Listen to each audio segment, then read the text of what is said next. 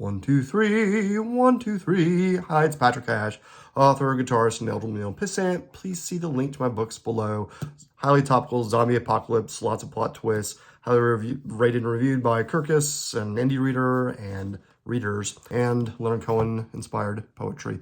Those of you out there who are also creatives, who may be depressive or PTSD, other heavy mental health issues, because I've realized after 3 attempts at Reddit and some other I have many social media profiles. The internet has not matured. And what I mean by that is I've used it since like the mid-90s. It's still the MO of most spaces, most communities. Not all of them, of course. There's some decent ones, I guess. I've made some online friends. Like all too often, it devolves into me versus you. It's no longer about the creative thing you're doing. It's no longer about what are some ideas or thoughts or perspectives or useful feedback when you're actually asking for it. A good tip there is to never take criticism from someone you would not go to for advice. There's an irony that when real life, and certainly on the internet, that the most critical people out there are usually the ones who have the least amount of work to share, or they have like groupies and followings that are kind of like the people coddling them, but they'll say at the same time that you don't deserve any validation or positive feedback or support of any kind, even if it's just little one person versus them and their cadre. Of course, I'm thinking of Enneagram if you follow me. And that my longtime lurker dude, it's one of the things he said to me and other people, as I've seen on Reddit, that it's like, oh, people just like the system because they're seeking validation, they're seeking support. It's like, have you taken one look at the world around us? Many of us, it's like if you don't have some degree of distress, then are you really paying attention? And that's for anybody, let alone somebody if they have a high ACE score. Look it up if you don't know what that is.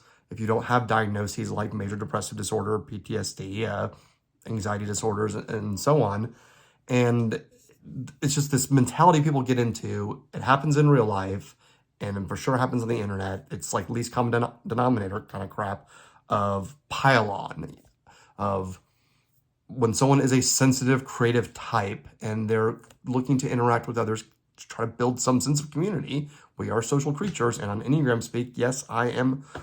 Social is my dominant instinct. It's still the prevailing mentality that the critic gets the attention. They get the support. They get the upvotes on Reddit. I've seen it time and time and time again. Not always, of course, but typically what happens if someone is being particularly harsh, we associate that with confidence. And there's all sorts of studies that show that, like in management, and definitely in the US, probably other Western countries, that it's people who have high degrees of narcissism and Machiavellianism, you know, the dark triad in psychology. Any researcher will say like these are not great personality traits, but people associate that with leadership, or that person is insightful, or they're telling it like it is. And anyway, so I have 2 exercises that I want to share with people out there who maybe like me, maybe loners who live alone, have few friends, and you're looking for what are some things that help build instead of break down. There's an excellent book, Zen Guitar. There are generally 2 kinds of advice, he says. There's that in the spirit of breaking down, which is very easy. Anybody can do it. That's kind of the irony of these people, of on Reddit and other places, that people get groupies and gatherings and upvotes and whatever when they're being really harsh. It's like, because that's a very easy thing to do. In fact, any of us could do it if we were big enough assholes, essentially. It's not to say that all criticism is not legit, as I've said in other video blogs, because he also says, listen to the criticism in the spirit of building. I found on Reddit that even the mention of validation or building community, it's like, oh, you want to be coddled or to feel good. I'm sick of the system being used just to make people feel better. And I've always said that in anything, like, okay, yeah, I get it, that newbies exist, and you want to keep clear definitions, and you want it to be actual work, not just someone say, oh, I'm such a type 8 or 4, 9 or whatever, or any craft, writing or music or whatever. But that's the exception, not the rule. Just like this popular mantra that's very American about, you know, tough, hard work, tough love, and all other crap. It's like I don't know about other people, but as my therapist put it, I grew up in a hypercritical environment. I had very strict Catholicism on one side, and my dad was in the Marine Corps, and at times he could fit that kind of drill instructor a la Full Metal Jacket stereotype. That's why he would wake us up in the mornings, he'd flip on the lights and start screaming at us and like banging things, for one example. But one thing he told me about the Marine Corps, he said, was like this misconception that other people see, oh, they're hardcore, they break you down, they're yelling at you. We've all seen the videos, yelling and screaming. And he said that those aspects of Full Metal Jacket are true to life. And he's like, yeah, there's the breaking down, but they also build you up. And it's the thing people forget. It even happens in that movie. Like, he actually starts giving that, Private Pile credit on a few occasions. But for some reason in real life, I think of it as being a sixth grade mentality, because when you start getting into things about that age, at least for me, I think others too, you start being interested in music or playing guitar, skateboarding. I did that a little bit. You start doing these things and people are like, oh no, you're a fake, you're a poser, you're a fake goth, you're a fake punk, you're a fake this, that. I quickly realized, like, I wasn't there for the label. I was there because I like Dead Kennedys, Misfits. I particularly like the UK punk bands, the Clash, the Damned, and Sex Pistols. Loved Steve Jones' guitar tone through this Les Paul Custom. You get into music and then someone's like, you're a faker. The story I always tell is this guy I knew. I had just got into Nine Inch Nails because my sister saw Nine Inch Nails with Bowie, and I borrowed her copy of The Downward Spiral and also the Natural Born Killer soundtrack. So of course I put the nin symbol on a doodle somewhere, and the guy right above me was like, name 3 songs. I've told this story before. So I started going through like Pretty Hate Machine, Head Like a Hole, Terrible Lie, Down in It, Sanctified. I can play that on bass if you want me to. Something I can never have, etc. So you do that and they're like, oh, well, have you seen them live? And the same shit happens online. It still does. I say sixth grade, but really that kind of goes back like tens of thousands of years of evolution to when we were just throwing sticks and crap at each other. And because it was like a domination thing of who's smarter, who knows more, I know more than you do. Saying goes, competition is the law of the jungle. I think it was Copton says this. Cooperation is the law of civilization. But we forget that. And so when someone's like looking for community, we respond with this in-group, out-group crap. And I saw it in sixth grade, and it's, of course, all over the internet. And it happens, and still happens in real life. People still have like, you're a fake. No matter how many years of experience you have, how much, and it's like things, I published 4 books, but when I was on Reddit for self-publishing, I was consistently like, oh, I think you just started writing, you're a newbie. I was like, at the time I had 3 books, and it was people that in their flair said like they have self-published 1 or 2 books. Like, okay, I've done this more than you have, but you're telling me that I'm the fake. Or so, in some cases, like they hadn't self-published anything. And of course, like there's just this grand irony that those are usually like the most critical people are people who haven't done much, or if they have, they don't feel secure about it. I think there's a lot of truth with the certain lurker dude. What about people that are just wanting to be creatives? They're highly self-critical. Maybe they had that environment as I did. I might sound like I'm confident on this forum, but I'm not. Day in, day out, my constant thought is, nope, you're wrong, you're stupid, you don't know what you're talking about. You are a fake, you're nobody, you're nothing. All day, every day.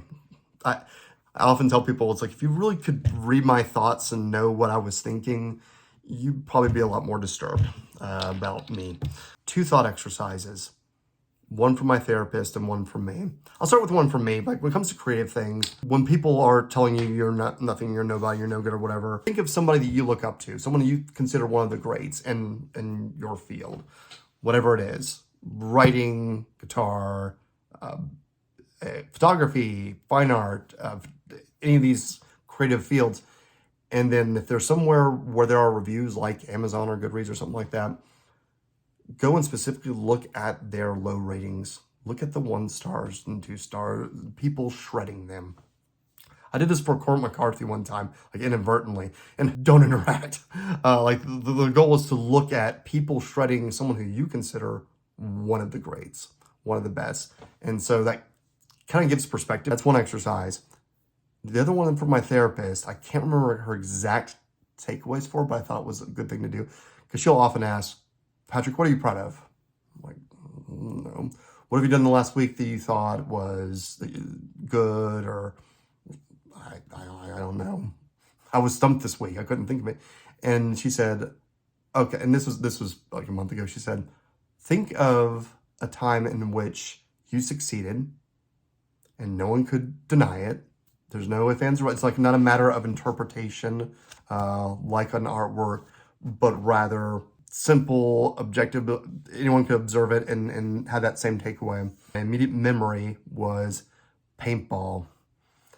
And this was like senior year high school. There was one particular day, I think it was our biggest turnout. We had 24 people, I think it was 12 on each side. And we were playing on this, it was like a peninsula out into a lake. And so we would have like different war games and such.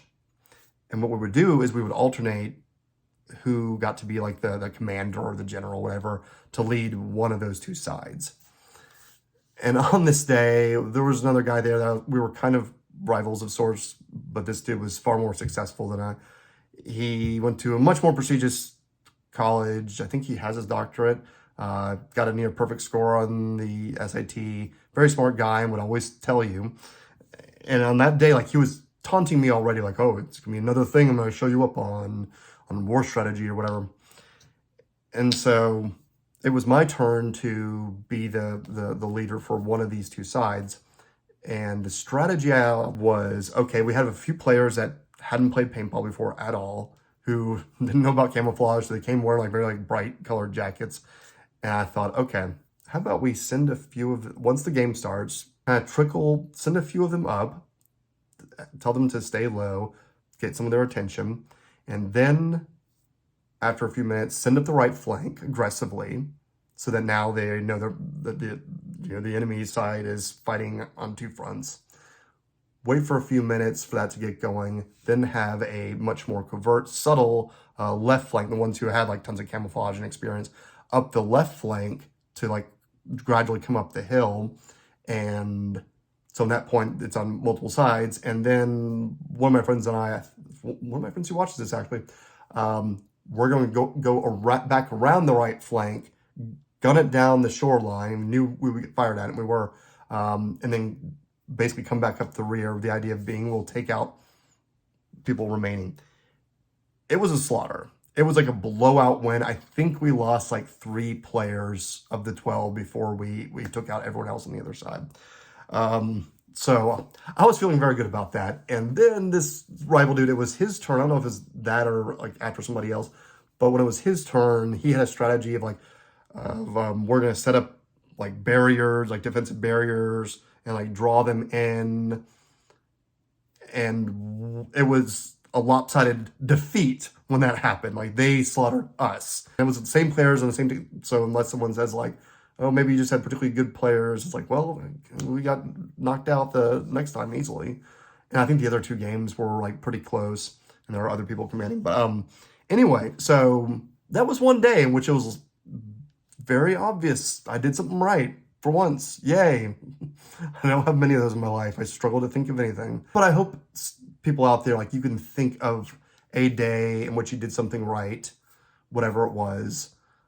Even if it doesn't involve other people, I mean, that's probably better if you're like me with that social instinct and looking for some kind of connection, some kind of community.